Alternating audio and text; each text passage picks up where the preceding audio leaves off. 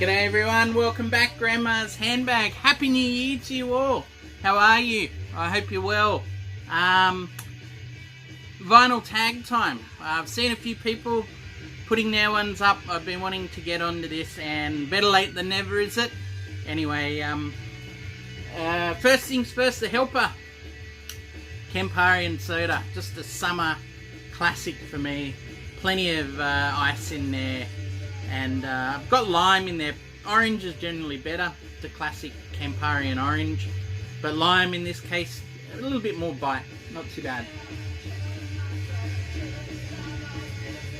Anyway, and one quick thing before we launch in as well. Thank you so much to all your messages of support and concern for welfare and everything. And just your notes that you're thinking of us all down here. It's been a pretty bewildering experience, I have to say. So to hear people just asking about how we are, and we're all fine. In the city is really not the big issue. It's getting onto the country or the coastal areas where there's a lot of bushland. But yeah, look, all things considered, people are fine. It's more about the environment, the animals, and then the climate, where things are going to go down progressively over time. So, but thank you again for asking about us. It's really appreciated. All right, vinyl tag time. Best find of 2019. I haven't shared this, but I'm going to need to. Now, you might remember back in March, long-time viewers anyway, I went across New Zealand hunting for the flying nun. Well, pretty much came up short on that one. A few weeks later though, and this was the day before Record Store Day, so that's how long some of my delay on these records are. I went into a shop I always go into. I knew I wasn't going there on Record Store Day, so I walked in just almost by chance, 5 minutes before it was closing, and I noticed this on the wall. This is the Dunedin Double, the Chills, Sneaky Feelings, the Stones, and the Verlaines. So saw that on the wall there, and it was the most I've ever paid, $100. And I said to the guy there, I said, look, I know this is being cheeky. Is there any way you could take anything off this? And he said to me, do you know what? You could buy this now and go sell it tomorrow and make $50 profit. He goes, I put this out 3 minutes ago and it's not even supposed to be being sold today, and it'll sell first thing tomorrow morning if you don't want it for $100 now. And I'm like, I can't beat that logic. There is no way I could even try. So I grabbed it, $100. I mean, it's still going for a lot more than that. Lovely condition. You know, best find of 2019. Absolutely. Absolutely thrilled to have this iconic piece of New Zealand rock history right there. All right, best favorite album of 2019. This is really tough. I know I still haven't got to a 2019 video, but if I'm going to put a spoiler in, this has probably been the album for me. Carla Del Forno, Look Up Sharp. I'll probably reserve my words for a bit later on this, but really, really subtle quality stuff, you know, nothing bombastic or over-egged about it, but real quality. Yeah, I'll get to more on that on a video on 2019 records. All right, Novelty Record. Now, I got this a few weeks ago. In all reality, it's not a novelty, but I'm going to twist it a bit because I kind of bought it because I thought it would be a novelty. Unfortunately, it fell a tiny bit flat. But Matthew and the Mandarins with Singapore Cowboy. So this is what it says on the tin. 1978-1979 country record from Matthew and the Mandarins, a Singapore group. This is on the Country Music Records label. Could even show that later. But I think what grabbed me is that this record here Singapore Cowboy, but it's on a label that's right out in country Australia. And I have to admit, it's a very progressive move for a country label to be having a Singaporean country band on there. But fascinating stuff. Unfortunately, not as good as I was hoping it could be. Never mind that. Alright, I've already lost my things. Oh, we're back here. Okay. Homage cover. Alright, I keep these two actually stacked together here. And I might have shown them earlier this year. So this is a thrift shop staple around Australia. The manual sound, manual and the music of the mountains. And then you've got an Aussie band who did a version of it.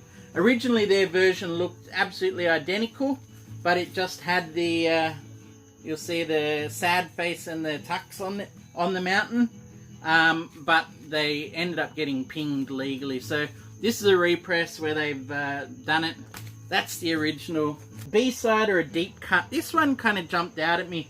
This is the Dixie Narco EP, Primal Scream, which has the title track that never made the album, Screamadelica, on it. That's actually not the song I'm after here, but they also do a cover of Dennis Wilson, Carry Me Home. But the song Stone My Soul, absolutely gorgeous.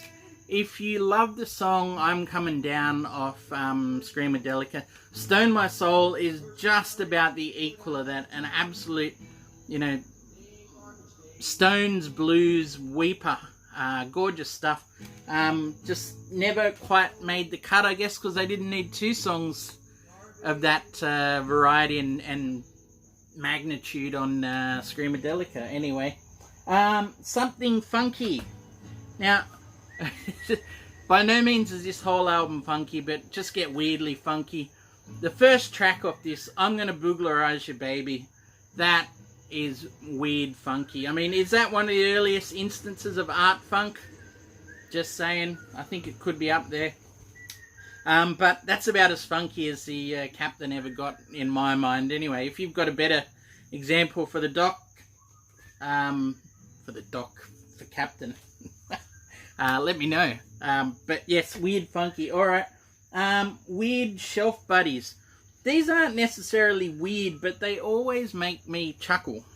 So, firstly, you've got, and they're all the same family. They're two sides of the same coin. You've got Sonic Boom. So you've got SO there. Then you've got SPA, Spaceman 3. What I should actually preface is that I just file all my records alphabetically, A through Z. So these all sit next to each other, and if anything ever gets in between them, it really, really gets my goat. So you've got Sonic Boom, Spaceman 3, SPE Spectrum, which is Sonic Boom of Spaceman 3, and then you've got SPI Spiritualized. Always intrigues me. You've got that short range for 4 different projects. I don't know. Don't know why they did it, but it's just, yeah, that's that thing that does it for me. I Was There, a band I've seen. Alright, seen a couple of people show this. Digital Gramophone and Sam at the Vinyl Dish. Tropical Fuckstorm, this is Braindrops. I was there, I saw them live, and actually I'm going to leave you with a little bit of a clip here for them. They made a lot more sense to me live than this album is. It's a bit of a tough one to penetrate, this, but here's a live clip.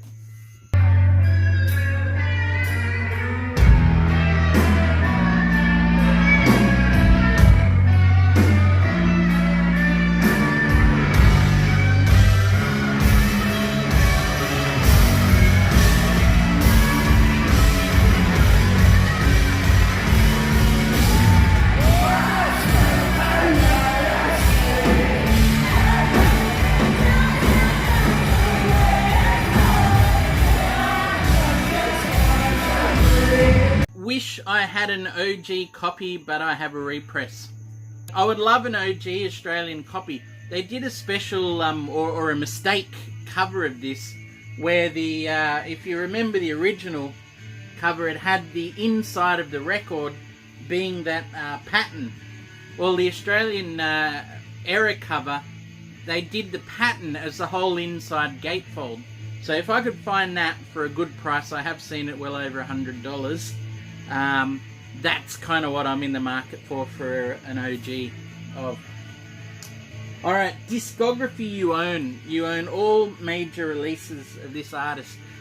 I'm very much a cherry picker in my collection. I want the best. You know, the recognised best of each. You know, even Pink Floyd or 2 or 3 bands where I'm try to be completist, I still won't keep stuff that doesn't cut the grade. Anyway, this is one local band that utterly cuts a grade for me. Sandpit. They did one album, which is that one there, and then they did, I've got the CD of it as well, 2 EPs. There's your 2 EPs, 2 singles, and then the B-sides collection with 1 extra song that's not on those singles or EPs. So, about the only band where I've got absolutely everything off. Sandpit. Late 90s Australian Oz, indie, think Polvo and Archers of Loaf kind of sounding stuff. Alright, next question. Unique center label. Oh yeah, this is a both unique label and a unique logo as well. I only came across this one fairly recently, but it's an Australian label. It was only around for a short period of time, called Dumond. And anyway, what I want to draw your attention to is, look at that logo there. The band's called King Fox. This is 1970, 69 or 70, I think it is. Is that not a precursor to Transformers? I don't know. It looks kind of like it to me. But yeah, Dumond and King Fox there with that 7-inch. Alright. Preband, an album or band that featured someone else that went on to become famous. This has got 2 in 1. Vinegar Joe. It's a pretty, I don't know, not a great cover to my mind. But anyway, now I'm forgetting who's who in here. I want to say, I believe this guy is, correct me if I'm wrong as well, guys, please. Robert Palmer. Of Addicted to Love and all the other stuff fame. And then Elkie Brooks, who also went on to a 70s career. Anyway, so this is their, I don't know if it's their first or their second album, but they weren't long to split after this. I think this is about 72 on the Atlantic label there. Robert Palmer, Elkie Brooks. Alright, musical book or movie you'd recommend. I'm going to go with a book. I'm going to go with a book that was recommended to me. So a shout out to Brian, Black Beans and Rice. Told me quite some time ago to get this, and I think he's even shown it in his tag since. But Joe Boyd, White Bicycles, Making Music in the 1960s. Absolutely fascinating read. He kind of reminds me in a way... Hunter S. Thompson, when you read, not in terms of writing style or anything like that, or even in terms of drug consumption, but Hunter S. Thompson had this way of being just about behind the scenes of anything between almost 65 and 75. Joe Boyd, between about a similar time period, was just about everywhere in the music world.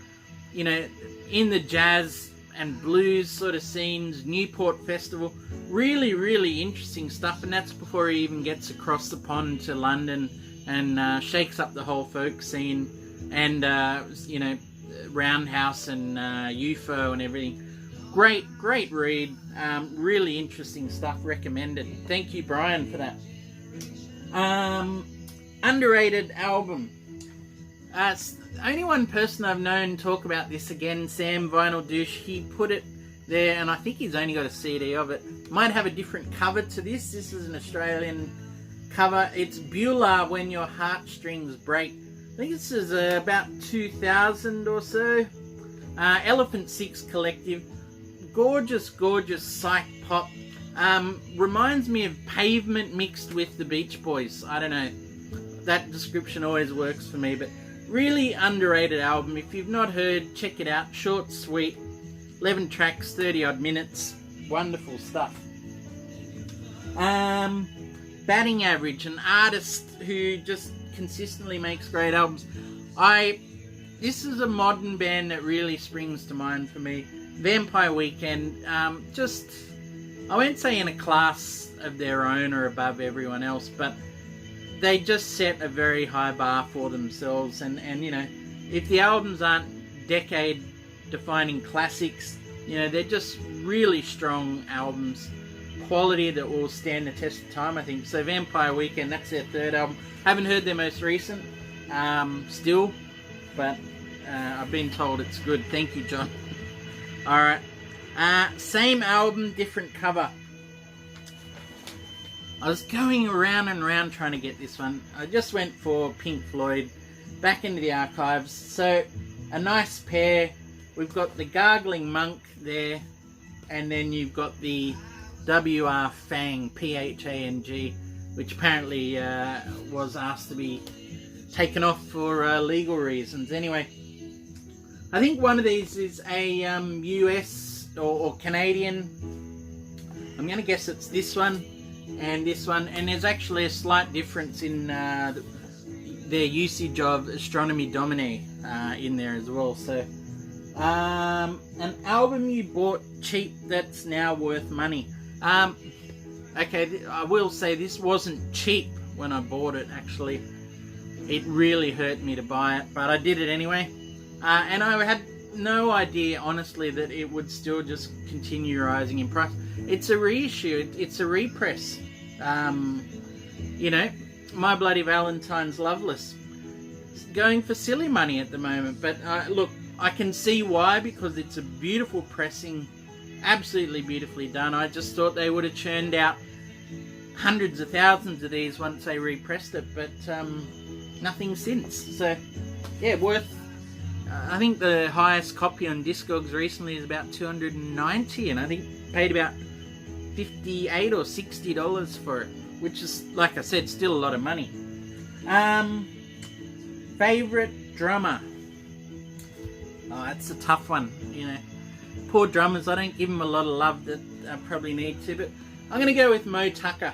And here's a good example why, you know, 8 LPs worth of live Mo. She's just something so simple and direct, uncomplicated, all about feel, you know, but she's still such an integral part of the band for me. Max's Kansas City, their live album, really doesn't do much for me on there because you've got Doug Yule in there, not Mo. It's all about Mo Tucker for me, especially when it comes to the Velvets. Anyway, I haven't got any of her solo stuff. Do any of you guys have solo Mo Tucker? Maybe I need to look into that. Turning 20 this year, an album turning 20 in 2020. Let's go with Kid A. So this is the double 10-inch original copy, bought back then when I was an absolute Radiohead nut. CD as well at the same time, so there you go.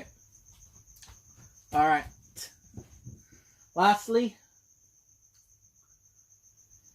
trilogy of albums, 3 solid albums back to back from the same artist. Look, I'm going to go with this. Maybe people don't think of them as a trilogy that much, but to me they're very much a jam trilogy. And the reason I say they're a jam trilogy is because I think after the improvisation of their first and even their second albums, they started going into architecturally sculpting sounds like on Ummagumma and Atom Heart Mother. Here they were getting good at playing live, playing as a band, and just improvising fluidly on the go. Here, it's all about improvisation in the studio in a week or two. And then this has all come from very much the same way as this. A lot of jams and things that they then sculpted into the thing we know and love today. So yeah, I would put that in that group there. Alright, so that's the 20 questions done. Quickly, anyone you want to shout out? Look, I really want to shout out all my friends and folks on the VC, but I'll see if I can get some new blood in here. There's a new Aussie guy, L Dude Spins Vinyl Community, his name is. I'll try and put the links down below. He's only done a couple of videos. I hope L Dude comes back and gets in on this tag as well. Enjoying his jazz stuff. I think there's going to be some good stuff to be shown there. So L Dude, come back in. Love to see another video from you. Also, Vinyl Dale and the Search for the Holy Grail. Dale's fairly newish as well.